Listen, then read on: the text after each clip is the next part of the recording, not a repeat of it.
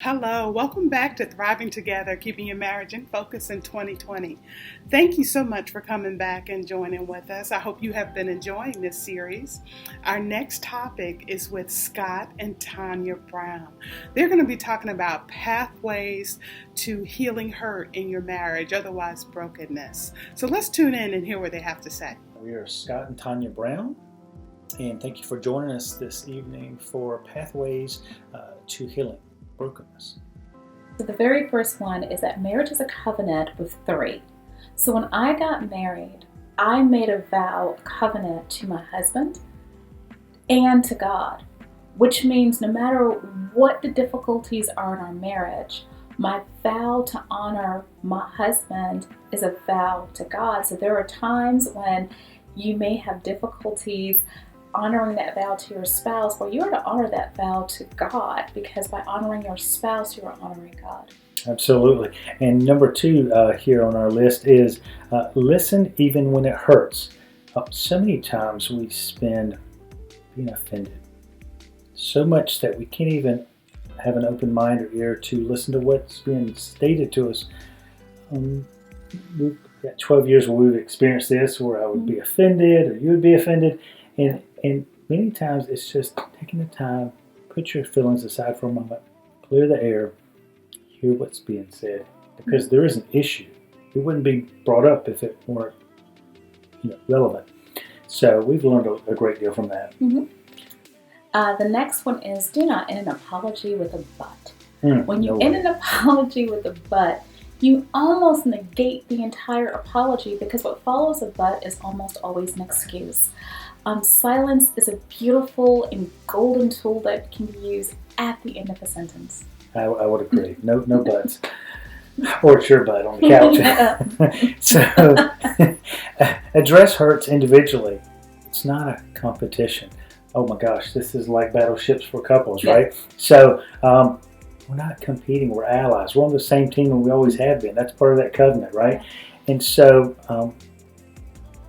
take the time to just listen and understand the issue that's being brought, and to listen to each other one at a time.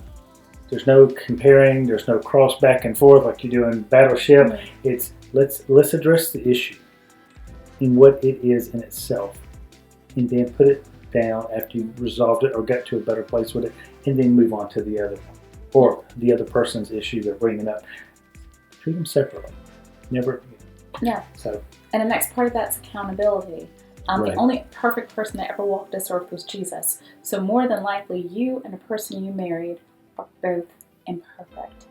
Own the fact that your view of the situation and what's going on is through an imperfect lens, and be open to listening to what's going on in the other. And also be open to owning accountability to your part in the situation and what's going on.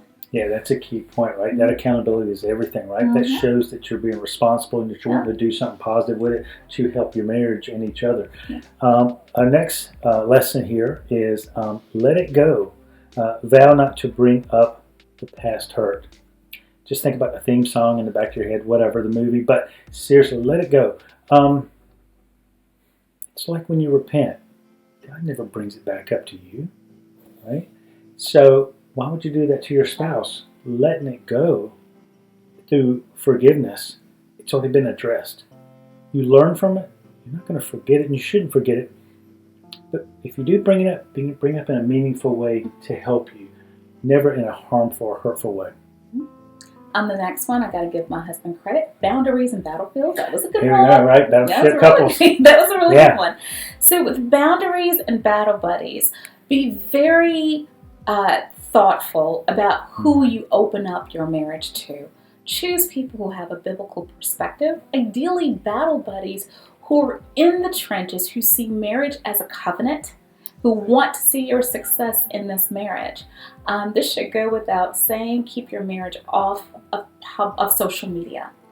You do not criticize your spouse in social media. As a matter of fact, don't even criticize your spouse in public. We made a vow when we got married, we will not critique each other in public. If we have an issue, we will take it behind closed doors.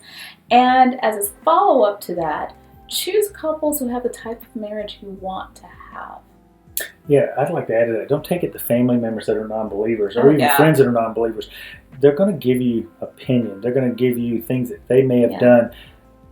It's got to be something that's Christ-centered. Mhm. And go to those older couples in the church and in your relationships that have been through this or may have been through this and have that wisdom and have the experience. They're invaluable, right? They'll pray with you. They'll stay with you and spend time with you and talk through it. And we've really learned that. And we've seen examples of those who went out and put their business on social media, and it's hurtful. Right? And then you see a lot of back and forth between them, and they do look like they're in battleship couples, as we said. So we've made a pact,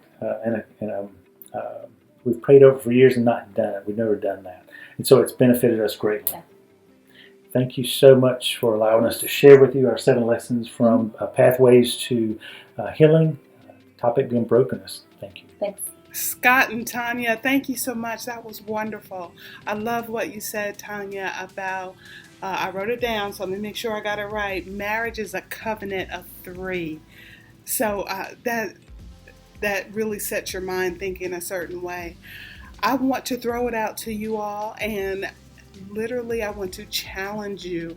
Please enter in the comments about what you feel about brokenness in your marriage. How have you guys been able to deal with it? We'd love to hear from you. And remember, you are helping to support us as newlyweds, Harold and I.